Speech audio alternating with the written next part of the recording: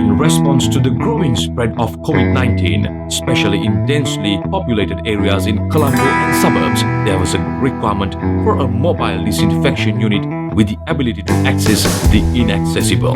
ICERT, together with the research and development team of Ministry of Defense, embarked on finding an effective solution. A mobile unit with 50cc ATV modified engine and suspension, shortened disinfection time with coverage area of 3 to 4 kilometer distance in 25 to 30 minutes. 100cc spray motor with automatic and adjustable swing arms with reach of more than 108 degrees. Two 50-liter tanks with 100 liters of total disinfection chemicals. Handheld unit with 25 feet length hose, extra full tanks with 8 liters in capacity.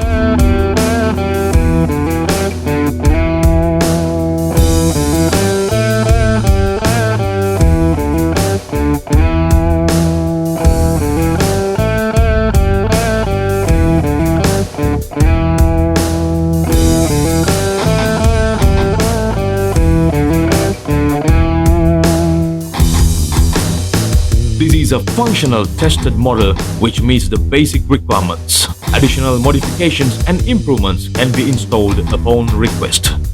Please contact ICERT for further details and information.